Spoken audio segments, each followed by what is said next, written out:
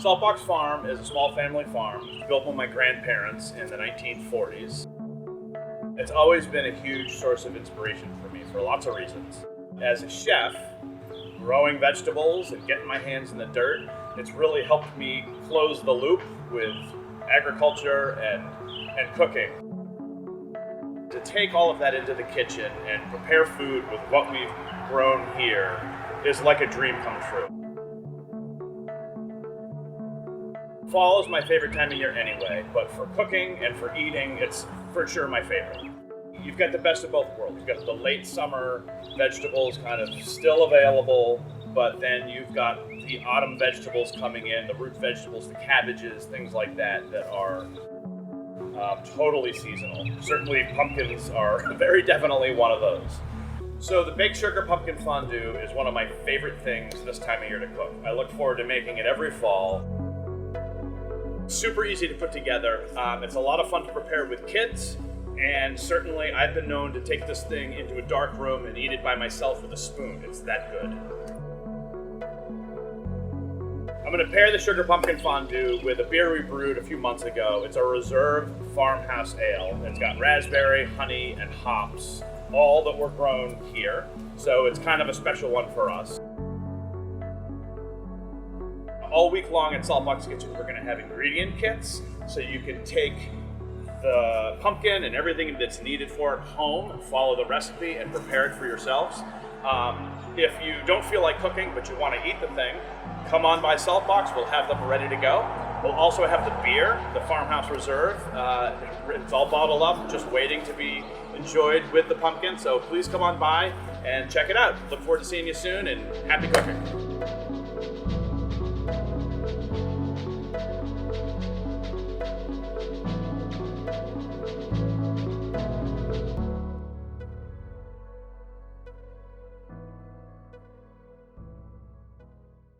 Hey everybody, welcome to Saltbox Kitchen here in West Concord. I'm Ben Elliott and very excited to cook with you. We're going to lead you through our baked sugar pumpkin fondue, a fall favorite. We here at Saltbox are doing everything we can to stay clean and safe and healthy, but for the purpose of today's video, I do want to remove my mask so that you can see my face as we cook together. So to get into the recipe, baked sugar pumpkin fondue is one of my favorites for this time of year, and it's actually incredibly easy. If I can do it, anybody can do it. So, wanted to lead you through it. I've got this sugar pumpkin here, and basically what we're going to do is take the top off, scoop out the seeds as though you're going to carve a jack-o'-lantern. To my right, I have a collection of ingredients, which will be the filling for the pumpkin. Some toasted sourdough breadcrumbs. I've got some chopped fresh sage, some sharp cheddar cheese, apple cider, heavy cream, and some spices like nutmeg and brown sugar. All fall flavors. When they come together and we fill the cavity of the pumpkin and roast this thing for 2 to 3 hours. And what you end up with is a cheesy, creamy deliciousness.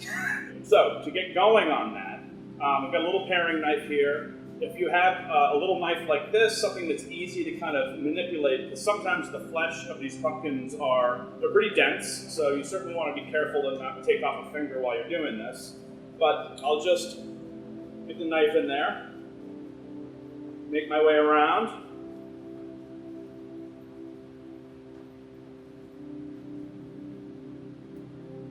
There's the top.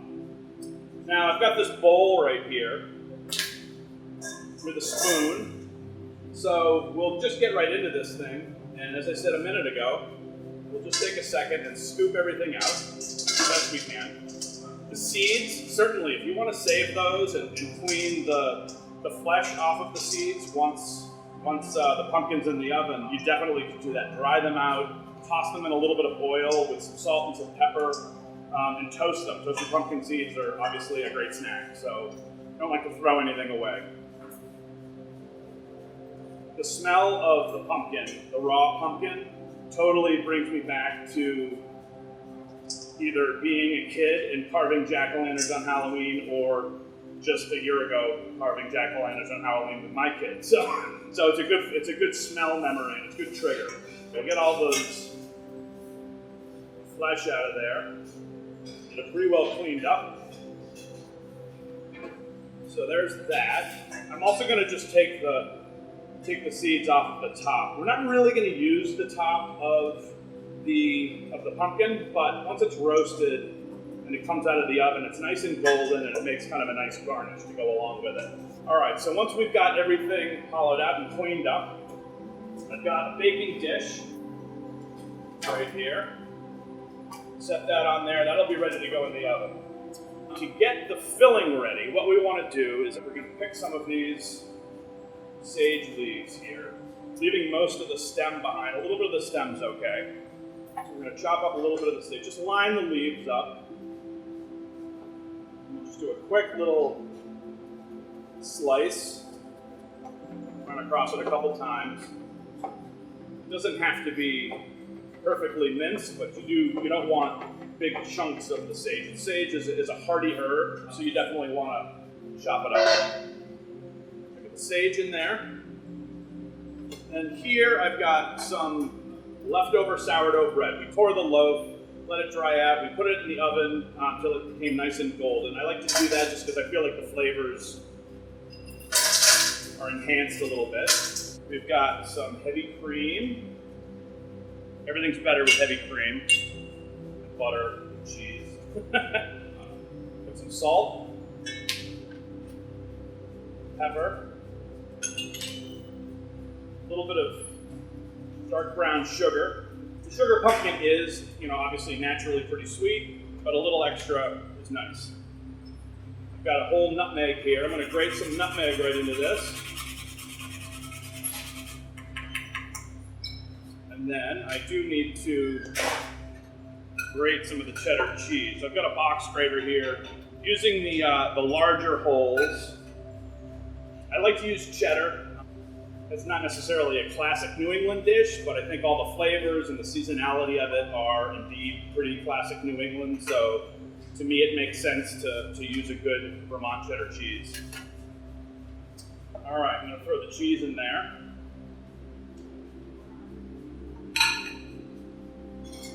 Good spoon here. All right, so we've got the heavy cream, the apple cider, the torn toasted bread, sage, cheese, nutmeg, salt and pepper. It doesn't look like much, but once it gets cooking, it's going to be great. This seems a little bit dry to me, so I will add a little bit more of the cream and a little bit more of the apple cider as well. The recipe that you guys will see is a guide. Any recipe is always a guide. The sugar pumpkins are always going to be different sizes. So while the recipe calls for a 2 to 3 pound pumpkin, you're going to have to use your judgment in terms of how much of the filling you'll need and whether or not you feel like you need to add more liquid. So really what you're kind of looking for is the bread has had a chance to absorb some of that liquid and it's still a little soupy. You don't want it too thick and pasty. You'd rather have it be on the looser side, because as it cooks the flesh of the pumpkin, the bread will continue to absorb that liquid, and you don't want this thing to be dry. You want it to be moist and creamy and delicious.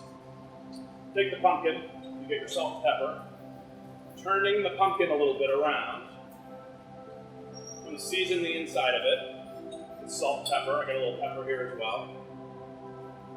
You can also take some of your nutmeg. Put a little nutmeg on the inside, just to really season the flesh of the pumpkin. Once that's done, you've got your mixture. You go ahead and spoon it right in.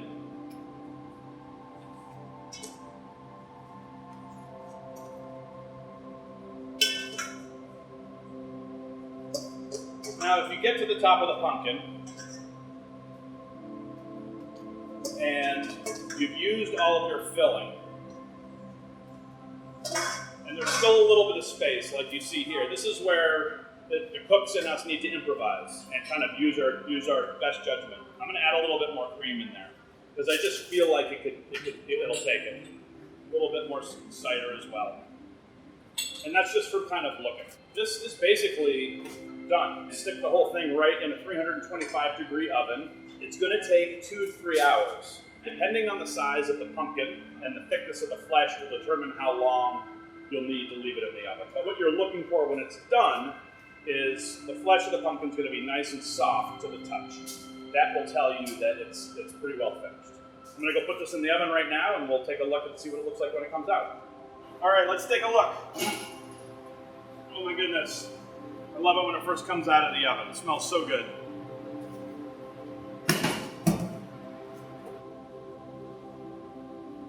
All right, here we are. It smells so good. I wish you guys could smell this. It's amazing. All right. Big roasting pan. If you're just doing one, smaller roasting pan. I stuck these in the oven at about 325. You want a slightly lower temperature, not screaming hot, because it will take a long time for these pumpkins to cook. I did check them every once in a while. As the pumpkins cook, the tops are going to brown. If you feel like the pumpkins are not yet done, just give them a squeeze. And if there's some give there, and you can tell that the flesh underneath the skin is soft, then you're good to go. If they're still fairly hard and dense, then they need more time. And one of the things you're going to watch out for is the top of the pumpkin with all that cheese and cream getting too brown. So if that starts to happen, just take a piece of tin foil and lay the tin foil over the top of the pumpkins to let them finish cooking. These two right here, and maybe you can see as I squeeze, you can see how the pumpkin has some nice give. These are ready to go. This one is still pretty dense, so actually I'm going to take this one away and put it back in the oven later on and let it finish cooking. So all the pumpkins are going to be a little bit different sizes, different shapes. The flesh will be different thicknesses. So again, that's where you need to kind of pay attention to what's happening. And if you feel like it needs more time, and if your gut or your instinct is saying, I think this needs more time, it probably does. So listen to your internal voice and kind of go with that a little bit.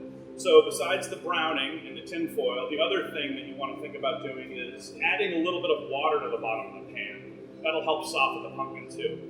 What I did with this is I put maybe 2 cups of water in the bottom of the roasting pan after they've been in for about an hour. If you have extra apple cider and you want to throw the apple cider in there for some more flavor and aromatic, great, do it. But at the very least, water is a good tip. So as I said before, these are about 2.5, 3 pounds. These were in the oven for 3 hours. So it gives you a sense of the time it's going to take for these guys to roast. It's worth the wait. Once they come out and you give them a few minutes to cool, you can then take a spoon, a serving spoon, and get in there and use that spoon to scoop out the filling and make sure you get some of the flesh of the pumpkin as well. You want to have both at the same time. The tops we're not really going to use, but if you end up putting this on a plate, it's kind of fun to put the top on as well. But I'd say we dig into one of these things and see how it came out. They're still good and warm. They definitely hold their heat for a long time, which is great, but they're cool enough to handle. This is a great thing to take to a party, socially distant party, of course. You can make this at home a couple hours ahead of time, obviously. Take it to your friend's house for an outside picnic or whatever it might be, and it'll hold its heat for quite a while. So something to keep in mind. I'm going to move some of the stuff out of the way so we can plate it up and talk a little bit about how maybe we might like to eat this. But I'm going to transfer this to the plate. I'm going to move these guys out of our way. Give us a little space here. So, we've got the pumpkin. If you happen to have any extra sage in the garden and you want to make it look fancy schmancy, great. Just to kind of show a little bit about what we might like to eat with something like this. As I mentioned before, this is definitely a rich dish. I love cheese and cream and all the things that maybe aren't great for you, but they sure taste good. So balance it out with a salad. That's a good start. Some salty meat like sausages, certainly some mustard and some pickles kind of help cut the fat and the richness of the dish. So let's serve some up. Got a little serving dish here. Move this out of the way. So as I mentioned before, we want to just serving spoon, just make your way into the pumpkin. Try and get some of that flesh with some of the stuffing. Look at that steam, oh my gosh, it smells so good. So you definitely want a little bit of everything. You get the flesh of the pumpkin, the stuffing, and everything else. If you happen to have a little bit of fresh herbs, great. A little bit of sea salt on there would be awesome. Some beautiful, just a simple salad. because it is a really simple dish. So keep that theme going. Don't overdo it. Don't overthink it. Pair with some stuff that's tasty, and the flavors all come together nicely, and it's a lot of fun. In terms of beverages, of course, I'd like to pair this with one of our beers. This is our Farmhouse Reserve Raspberry Ale that we brewed a few months ago. This is a very dry beer. Despite the fact that there are raspberries in it, it's not sweet. The dryness of this beer will help cut the fat. The raspberry notes in this are going to balance nicely with the sage, the black pepper, the nutmeg, so it's kind of a fun pairing. To open this guy up, we'll just pop it. Whoa, hey, Happy New Year. All right, there we are. You never know what's going to happen on TV. Anyway, we'll let this settle for a second. Okay.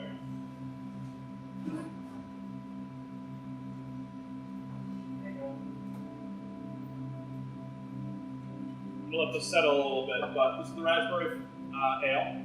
A delicious combination. All of these things, I think, come together really, really nicely. Cheers. Delicious. This week, we are offering ingredient kits for the Sugar Pumpkin Fondue for sale here at Saltbox Kitchen. If you'd like to pick up a kit, as well as a bottle of beer, to watch the show and cook along with us, we'll have the recipe available for you, cooking instructions, and all the ingredients you need to make the fondue. If you want to eat the fondue, but you don't really feel like cooking at home, that's fine also, of course. And we'll have these available in our prepared food case this week as well. We are so lucky here in town to have such an amazing collection of small retail shops, independently owned, family run. Now is the time to support all these small local businesses with everything that's going on. So thanks for your support. Happy Oktoberfest. Cheers. See you next time.